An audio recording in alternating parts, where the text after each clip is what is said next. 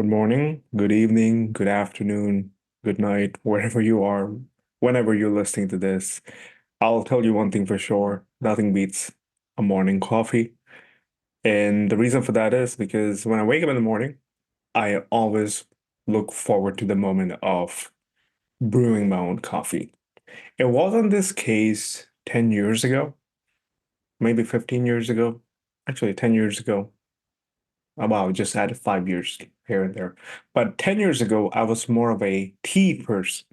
So, you wake up, you have your own loose leaves, specifically black tea, you boil the water, and then, you do the whole thing that you do with coffee, like French press, whatever you want. Oh, sorry, tea, whatever it is that you like to do. But in Pakistan, what we would do is boil the tea leaves in hot water.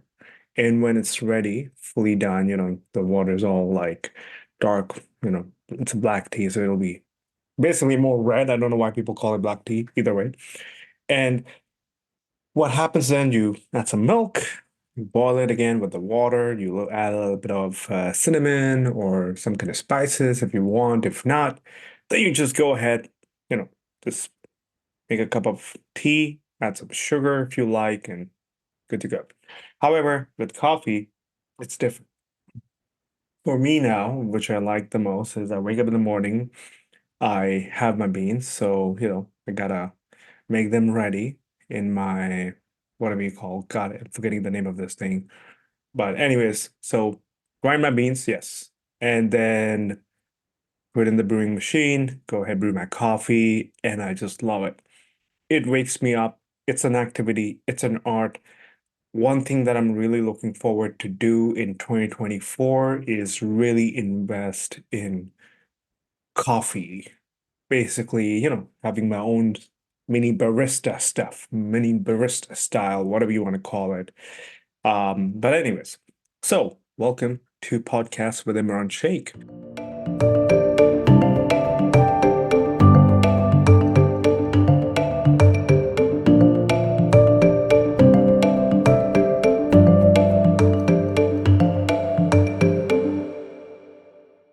Today we will have three kind of topics that I personally am aligned with. Number one. Number two, I have an understanding about this space because of, I've been in this space either actively or passively, but very closely. And third thing, I feel these will be some big trends for 2024.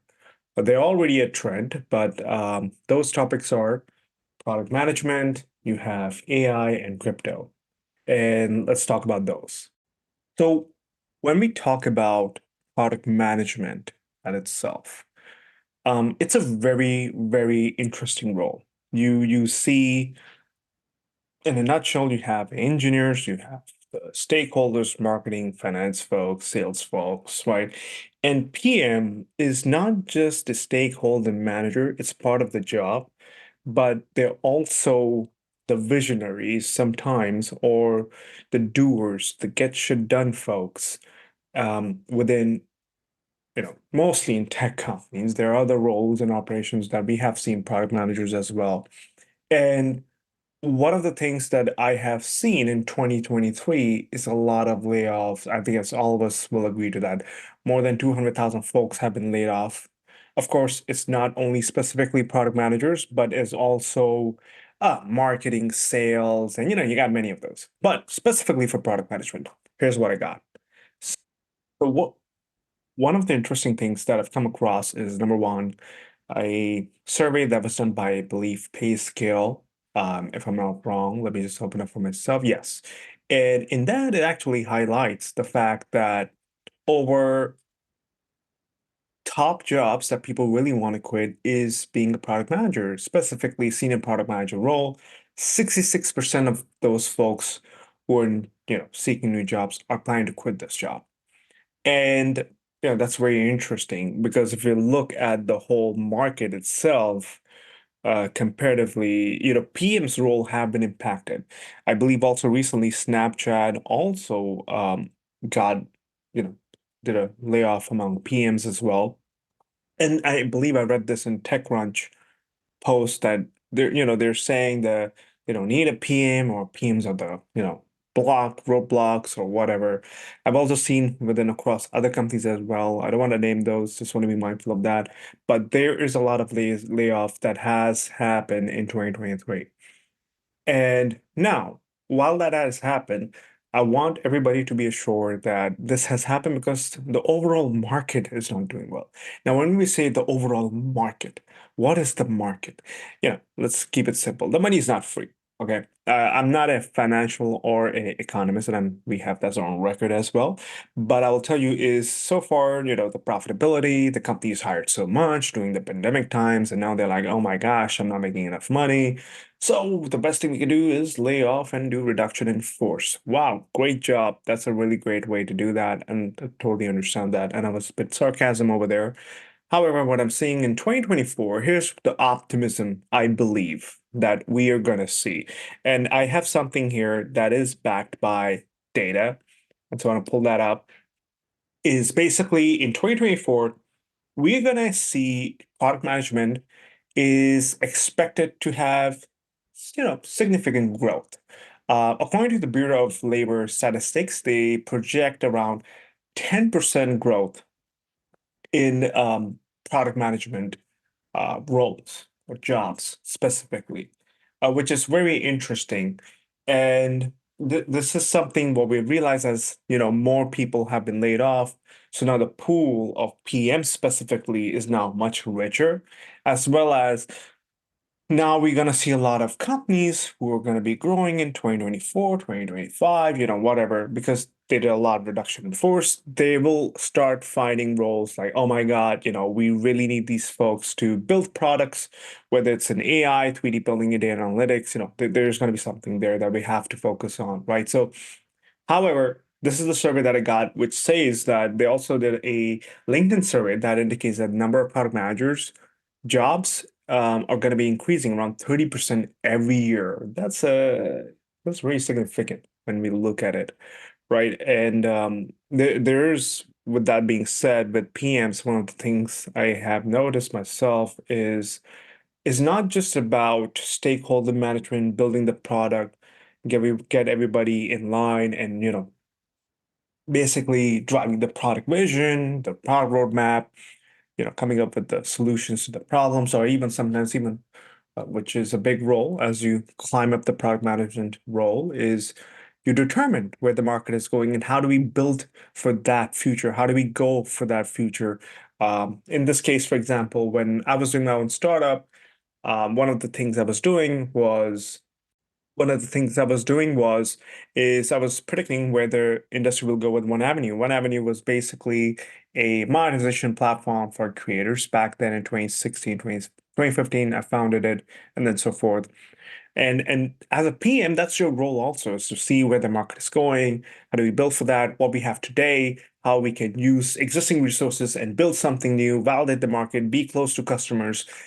PMs are, in summary, the important, integral part of an organization who really want to build compelling products. Hence, the role and the name is PM, right? So we will see some kind of a significant growth. Now, here's my opinion, and this is how I specifically feel. With the layoff that we have seen in 2023, which have been very, very massive, we will see growth in PM roles, but it's going to be like, how to put this? You laid off, let's say, 100 people this year. I'm just saying a understandable number. And what happens in this case is you have 100 people laid off in 2023, let's say, for an example. And so what happens then is you go ahead and hire 50 people, let's say, in 2024. I know that's not how it works, but I'm just saying, right? So you are going to see the reduction that already happened, and you will see the growth. So it's kind of like, yeah, we laid off a bunch of folks. Great. Oops, we just realized we needed those folks when we were laying off. We didn't see the need over there, so we will hire those. So you will see some of that, which will happen. Some folks will may disagree with this opinion that I have, but it's how the world works. We will see that. So, however, here's something very interesting too that I will see in 2024 that I personally see for product managers is there will be a lot of AI push. I've already been seeing a lot of roles, which is kind of a little weird, is we see all these PM roles opening up and they're like AI conversational or machine learning experience, AI. Let's take a pause for a second and realize AI is a booming, it's still booming as an industry or as a space specifically, right? We're seeing a lot. We're still, I believe, in the early phase of AI with the GPTs of the world, Anthropic, Midjourney, Stable Diffusion, all those great companies, tools, products out there with Agent and all that. We are early, my friend. We are really not early, but we are in early phase, right? How to put this? It's like I don't know if this would be the right way, but when the internet took off, everybody's like, "Oh, the dot-com bubble." Yes. Yeah, so we're in this space. So we're still early. The bubble's gonna grow in AI. More and more companies are gonna use AI, and we will see that. And as a PM, the second thing I believe we will see is PMs are going to be leveraging a lot of AI across different work streams. Well, now what does that mean? That means when a PM has to have a conversation with the customers or dissect the data that they've gathered from the customers, use the research, whether it's even writing PRDs or data ETL and so forth. PMs will become more efficient in 2024, I believe, and I'm expecting that to happen because I would be honest, like myself, like I do use a lot of GPT, Anthropic, all these other tools, even Midjourney at some point, and Stable Diffusion, even building my podcast, man. Like I don't go on Fiverr and be like, hey, I want a script. No, I do it myself. I brainstorm it. Instead of spending 5 hours of doing something, hypothetically, I will just do it within like 1 hour. It has really helped me shift the way I work. So I do feel as PM, they will be leveraging more of that. And I think that will make every PM in the market who is currently at a job 3x efficient. So while that would happen, that means the bar for PM hiring would go up, especially when you have so much rich talent pool available, ready to get hired. On top of that, you add AI. So you're already going to have a PM who's already good, doing their best work, even much better, 3x work. I'm just going to take that. You will see a lot of folks, it'll be a competing market for PM. It's already been. I know some folks who got laid off in April of 2023. They're still looking for a job, and they work for FANG. And one would question, right? Like, let's be honest. One would question, like, hey, someone who was working at FANG for 3, 4 years, how did they find a role? Well, guess what? It's competitive out there, man. Like when you see roles where a director of product is now also hiring, or sorry, not a director of product role that opens up in a company is not only being applied by director of product role who are at the same level, is also being applied by folks who have been as senior product directors applying for that role, right? So there's going to be a lot of competition in 2024. You'll see more competition. We will see a lot of PMs leveraging AI much more in their daily work task to be more efficient, to organize their data, to make sure that they're making sense of the data, to make sure the business that they are working for is really performing at high bar. So hence the bar will increase. Now, while that would happen, I think one thing that I would summarize in the product management world is we will also see a lot of PMs, I believe, getting burned out. Now, here's why am I saying that. I found some posts on Reddit who are like, hey, I've been a PM. I don't know what I'm doing. I'm just like project manager. And I'm surprised they're like I'm reading such posts, or they're like, hey, I'm doing the other people's study work. I'm just coordinating. I'm just having, I would say they're having more of a, the right word. I don't know if that makes sense, but it's kind of like, I don't know. It's like, is it not like feeling strange? I don't want to say imposter syndrome. That's the word that came out, but it's not that. It's like there's no clarity. There are a lot of PMs who are like, hey, there's no clear requirement and everything. So we will see some kind of challenge with PMs leaving their job. So here's what I think is going to be happening. The PM roles, look, it varies. It varies from company to company. There's some PMs I've seen myself. Their job is just to write, they have the problem. Their job is just to get it done. Work with the engineering team, build the requirements, set up a roadmap. Good job, done. Talk to the customers, done. And then there are some PMs who are basically just doing process management. Oh, I have this backlog. Oh, meeting, coordination. Oh, this is the process within the company. Let me build the process. They're staff product managers at some point or whatever they are. The title varies, FI. So there's some of those. And there's some those kind of PM who are like, I don't want to be a strategic level. I don't know. Drive. I don't have work, doesn't matter. I'm gonna figure out the next strategy for the company, the next thing the company should be working on. And so you will see a lot of that within the PM role. So I'm not surprised if there's some folks in this year who are like burning out. Um, and I don't have clarity why is that happening. I'm actually some like really curious. I'm gonna looking up more. I will look up to like more data, search more, and figure out why is that.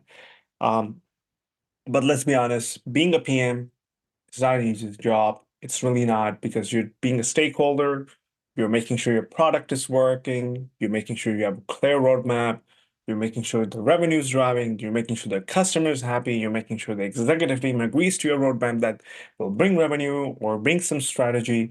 You're making sure that your roadmap is able to be accelerated by M&A. I've been in all those places, so there could be some kind of thing that we are seeing. Maybe we will see more of that in 2024, but let me tell you one thing. Competition in 2024 will be crazy for PMs. It's already been, so I expect more of that. Hopefully there are more jobs. Anyways, so my outlook in summary was talking about the PMs is there'll be a lot of leverage that there will be happening, the PMs will be leveraging AI a lot in the upcoming 2024, for PRDs, data ETL, all that good stuff. We are also going to see an increase in job, 10% or more in product management role. I'm really curious how that really plays off. Apparently, between 2017 to 2019, we saw 33% growth. And then when it comes to product designer and product marketing manager roles, we saw growth around 86%, and then 30% annually. So 86% for the product designer role, 30% for the product marketing manager role. So I'm really curious to see how that really plays off. And lastly, it's going to be a lot of competition, I personally believe, and we all believe that actually that will end up happening. We're seeing it right now. I interviewed for one role and guys, there were like 10 candidates who were shortlisted and they were all pretty good, right? And so that is something that you will see more and more. Lastly, I want to really add one more point is actually seen few jobs so far that shows the right number of applicants who have applied on LinkedIn. And God, there are like 3,000 plus candidates for one PM role. So that's really crazy. Just FYI. So let's move on to another topic that I mentioned about is crypto. So when it comes to crypto, there are actually three things or three, you know, cryptocurrencies that I'm really excited about personally is number one, Bitcoin, XRP, Solana. And I'm gonna summarize this very quickly, just so it's easier.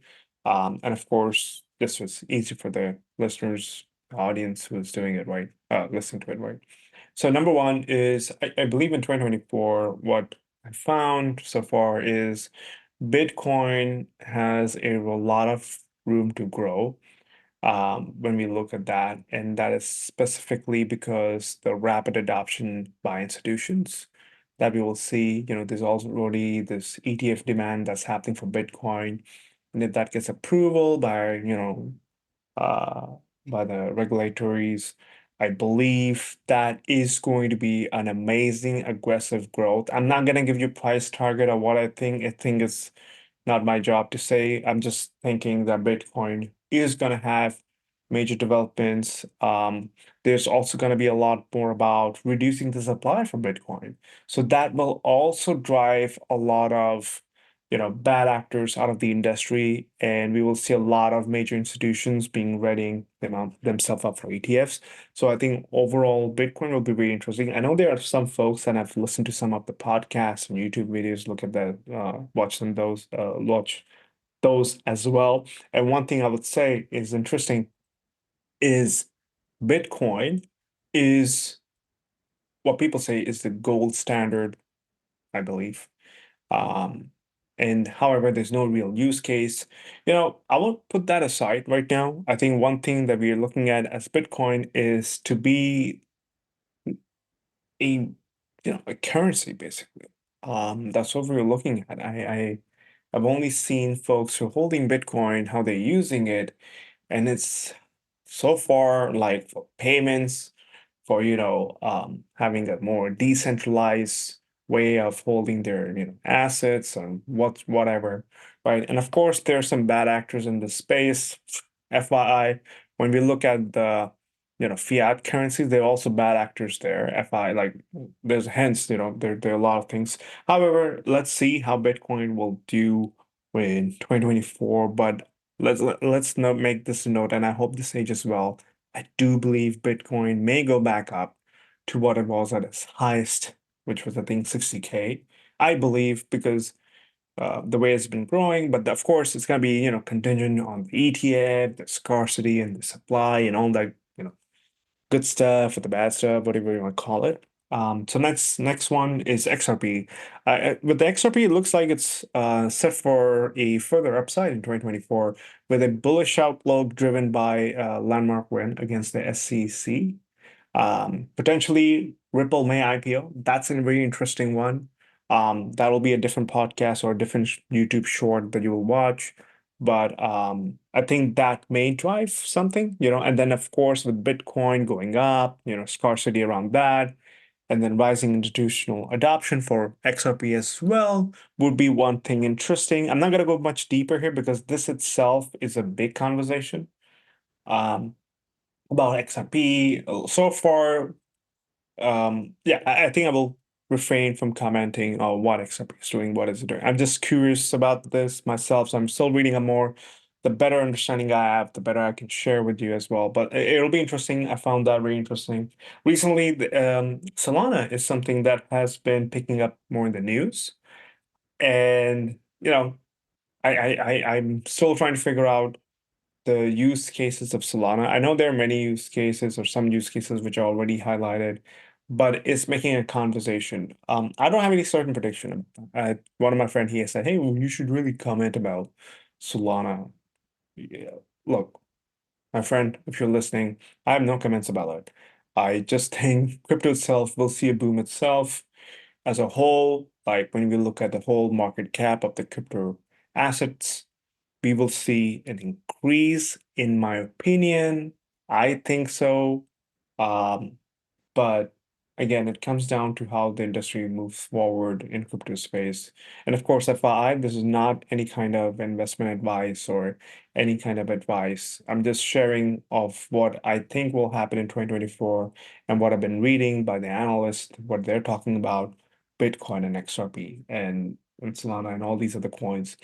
And I believe it's worth mentioning about this because this is becoming a bit of a news. I'm seeing that in my at least Apple News feed sometimes, and also when I'm reading other news sources, I see this popping up. So it's probably worth mentioning around that as well. So when it comes to AI, I believe is 2020, 2024 is going to be a very interesting. Now, here are these few things that I've been reading across, and I think this is my collection, and I want you to listen to it. So, number one, I think about AI when it comes to elections 2024, it's gonna be a little bit interesting. You see what happened with the social media and this Cambridge Analytica and all that stuff. I'm not gonna go political, but I'm just talking about like how social media had its role to play in, I believe, the not the last, the one before that one, elections. And social media has been a crucial role when it comes to, political landscape, elections, and so forth. The interesting part is AI and how it's growing. Like, I don't know if you've seen new models when it comes across, like, I believe the new model which came out with Midjourney, and I've also been playing with Stable Diffusion. So when you think of recreating media or media forms. So it could be, an image, video, a voice, like God. An AI could actually take my voice and train on that. And then once it's done training on that, it can actually go ahead and talk. And you will think it's as if it's me, but it's not really me. It's really interesting. So when it comes to, so number one, AI's role in 2024 elections we will see something. We will see something there, and I think companies which have to be really responsible around this. And it could be very controversial. It could be very, significant impact it could have on the elections. And I do believe we will see a lot of AI generated media, which will overall impact the political process and public opinion, and eventually will have a controversy around that. I do feel that will be something that we will see. The second thing I feel, OpenAI. Let's talk about that. OpenAI has been a really good company for this last 2 years. They've done really great with ChatGPT. They've been growing. They have really expanded the GPT store. They've done so much. So, what will OpenAI future maybe like? Well, Sam Altman knows that and his team. But here's my thoughts around this. We are going to see more and more tools, AI tools specifically related to OpenAI, popping in. I believe OpenAI overall may become a product company in some shape or form. The reason for that is, they came with ChatGPT and it was supposed to be a test, and they were like, hey, people are willing to pay for it. So now people start paying for the premium version of it. And then they're like, hey, guess what? We have this enterprise version, of course, these startups can use. And then we have this version where you can actually build GPT store, like a ChatGPT of your own in a GPT store. And it was basically app store moment for AI. However, I haven't seen that many ChatGPTs like specifically built by people. I know there's some PMs, these gurus, and all those folks who have been showcasing. Honestly, I expected a lot more. We haven't seen that. I believe what we will see in 2024 is more push around there, is building more tools, innovative tools, creative tools, application tools around this. And I think OpenAI is going to play a big role, specifically, and it will play a big role when it comes to building its products. And possibly it will end up, like, let me tell you one thing. So there were a lot of startups when GPT came out, like ChatGPT came out. A lot of companies were then using ChatGPT in summary, um, well, not ChatGPT prospectively, but the OpenAI models to basically build their own chatbots with X, Y, and Z and different use cases. And the moment when ChatGPT came across and they're like, hey, you can build your own bot, you can build your own ChatGPT version if you want. That moment there, then and there, I even made a post is companies probably need to pivot or they just died. And I think that will end up happening is OpenAI is going to take more product centric approach going into 2024. That's how I think they will move forward, and we will see how it works out. The third thing I see is the limits of large language models, LLMs in summary. Don't have a large opinion on it, but one of the more intriguing predictions for 2024 is clear to understanding of the limitations of large language models. While these models have shown incredible capabilities, we might start seeing diminishing returns on scaling them up. So that will be an interesting phase, I personally feel. And the fourth one, I think, is AI marketing meets reality. Now, this is something I really feel is going to be, how to put this. I see this coming. So I have been using AI, specifically Stable Diffusion, Midjourney, in some of the social media posts I've been, doing, or whether it's on LinkedIn, whether it's on, X. And what I've been doing is I've been leveraging that. And there was a podcast by Jason Calabasas, and he did his podcast around, how you can have this AI influencer model who can go ahead, you can design, you can give them all kind of clothes, and there you go, you're done. So you don't have to really work with a real person. You just, have your image built up and everything, all that good stuff. I think marketing really has to, how to put this? There's going to be a lot of stuff going on. So in 2024, it might be a year where marketing claims are put to test, right? So that means there are going to be a lot of tools with that will be leveraging AI out there and helping marketing teams and companies when it comes to that. Or probably, they could have some challenges around it, legal challenges. Why? That would be my second point. But I think there will be tools out there where you can actually leverage AI to build a lot of images, videos, and everything. I don't know if you've seen Pika, if I'm correctly pronouncing it. Let me just quickly make sure I'm calling that correctly. But there's this company, yeah, Pika Art, Pika.art. That company can generate videos, AI videos, full length, as much as you want. And that's really amazing. They even have a test version on, and I was like mind blown at that moment. So I feel when you look at that, and then you look at these all image generation, generative AI stuff around there, and also a Meta released its own Imagine version. God, they're damn good. So the question comes around is how marketing will shape up. Here's my thought set. Nothing is gonna be eliminated or anything, but marketing team again will, just like PMs, I think they will become to be much better at their jobs. I think marketing folks will become better at their jobs. While that may happen in some specific cases, that would be, when it comes to image, polishing, making videos, making how-to videos, making some kind of a teasers or so forth. It depends what the marketing social media needs are. Even comes to the down to the creative and ad tech side as well. But what will eventually happen is the budget part of marketing will be questionable. The budget part, and I don't know how will that work out or how will that happen, but I feel that we'll see some kind of thing. Either we will see like, hey, the marketing team, you have this amazing tools, do something with it. Let's focus more on, a good budget and what, X, Y, and Z. Or they might see a reduction in spending when it comes to creative media outlets.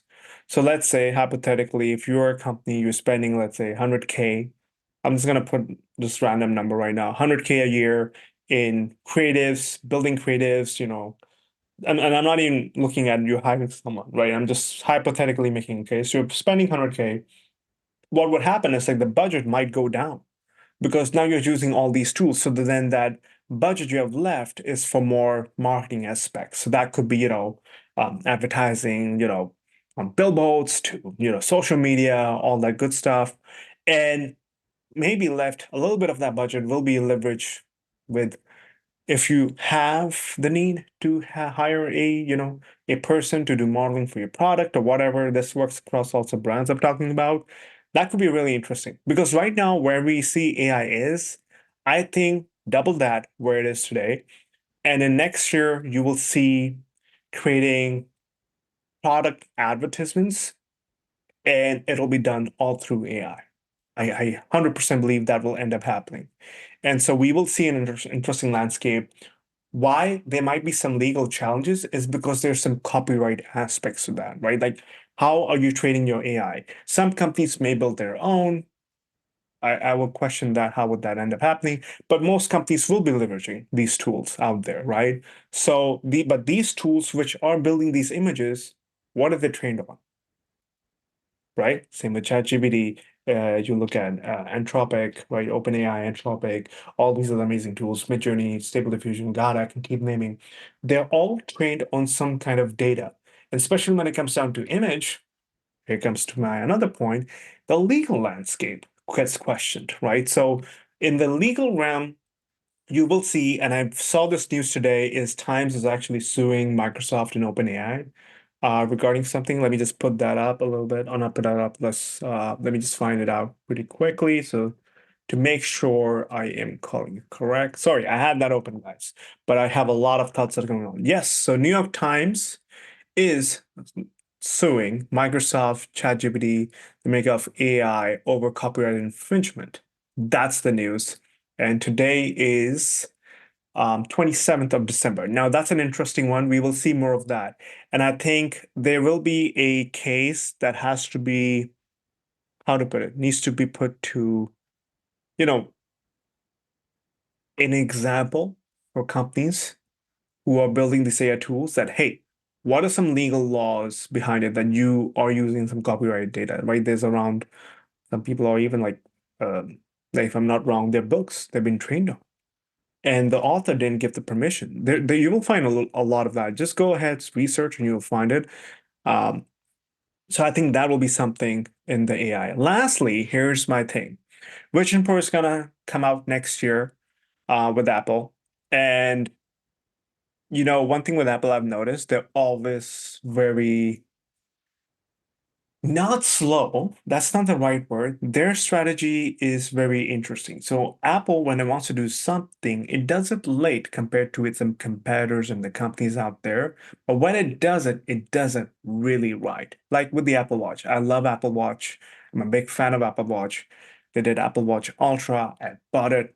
It's an amazing product. I'm not advertising, just saying. But when they did it just right, right? They didn't copy 10 different companies like, oh, we gonna do that because they didn't go out and like, oh, Snapchat has spectacles. Guess what? We need to have our own version of glasses. No, they didn't do that.